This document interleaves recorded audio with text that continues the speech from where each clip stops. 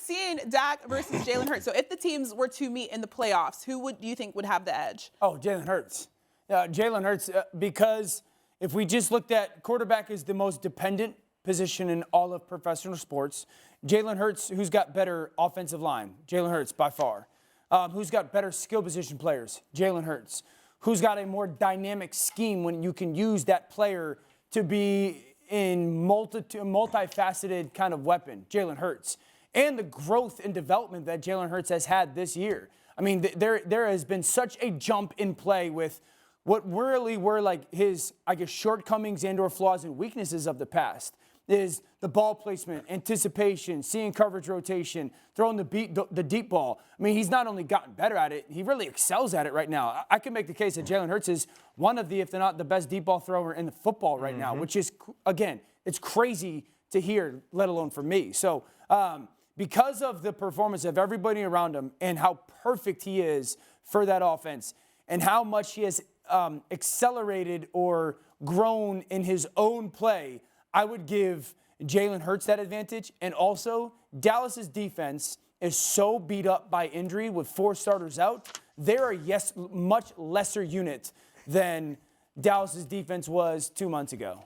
I'm laughing already because he cannot wait to talk. Like, he's over there fired up. But I agree with you, Dan. Go. Like, I think, and we all get that Michael is closer to the Dallas Cowboys than we are to the Philadelphia Eagles. But if I'm the Philadelphia Eagles, I walk into this game on Saturday saying, okay, we're going to learn something about our team. We're going to learn what our team is without our quarterback. Right. And what we learned is they're still a good football team. And you also learn that when you have your quarterback, you become a special football team. The other thing is, if you don't turn the football over, as the Philadelphia Eagles, teams aren't even necessarily close. Think about the loss to the Washington Commanders. You have 3 turnovers in that game. A ball hits A.J. Brown's hands, pops into Forrest's hands. You get a fumble by Dallas Goedert that's returned or that's in deep into your own side of the field. You get a fumble by Quez Watkins when it should have been a huge play over the top that Jalen Hurts make. The same thing when Indianapolis stays in the game. A.J. Brown fumbles the football. And this is what we have with the Dallas Cowboys. It took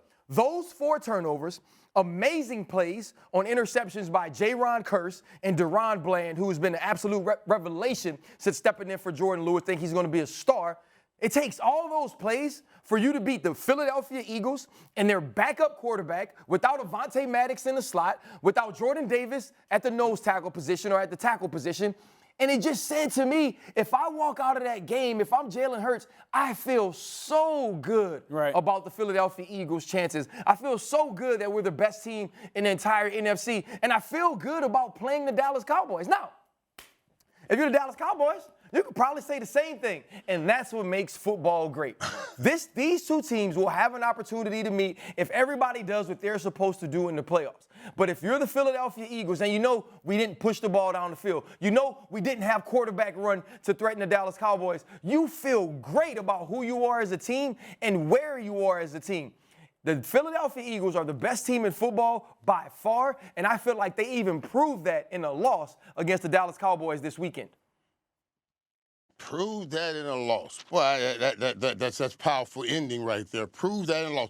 When the Cowboys played the Eagles beat them 26-17. Cowboys played the Eagles again. But okay, the Cowboys put up now because there's some purity in this game. There was some purity. When the Cowboys played the Eagles earlier, that was their number 1 offense going up against the Cowboys defense. That was the purity part of the game. Now Dallas didn't have their quarterback, so that other side we can let go. Okay, on this last game, you put the Dallas Cowboys number 1 offense going up against the Philadelphia Eagles real defense. That was the purity. Where the Cowboys beat this game 40-34. You see, each side we can pull out of the game. We can say, oh, at your best, with the Cowboys at their best, you put up 26 points on them. The Cowboys at their best, with you at your best on defense, put up 40 points. What do you mean? That's not accurate. That was the score of the game. How's that not accurate? The game was 26-17, 40-34. That was the score. How is that not accurate? Who got hurt for Philadelphia in that first game at halftime? Lane Johnson. Wait. You just talked about all the people that got hurt for Dallas. You just talked about all the people that got hurt for Dallas. True playmaker. Both of those things are true. And that's part Dallas, of the game. If this was the And fully that's part of loaded the game. Dallas team from week 3 or week 4, Right. I would feel different. But you guys have 5 starters on your football team out, 4 of them on defense, and your right tackle. That matters. So that's the reality and context of this conversation. Okay. And we concur to that. We concur with that. But what I'm saying is that now we got Dak back. I ain't talking about what we're missing on defense. I already told you we're winning with points. I never bought into defense to win the championship. Points win the championship. Because at the end of the day, they're going to add those things up. Okay, so points. playmaker. They're not going to add them. How many defensive plays? And then we score 40 points. We put 40 points up on y'all at our best or somewhere near. Y'all put up 26 at your best or somewhere near. That tells me, and that gives me pause. That tells me, yes, we can win this. We have an advantage here. Playmaker, but they put up 34, not at their best, though. And so I don't think that's the way we could. That's the way we get to just say, well, at your best you did. But it was 23-6 at one point, and they were blowing the doors off of Dallas in that first meeting.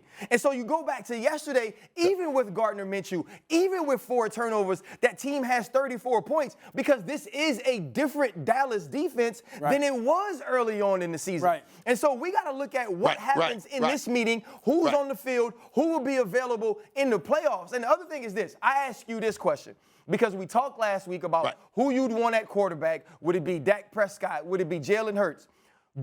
How confident are you that we will see the Dak Prescott we saw Saturday for the rest of the season? Can he be that consistently excellent?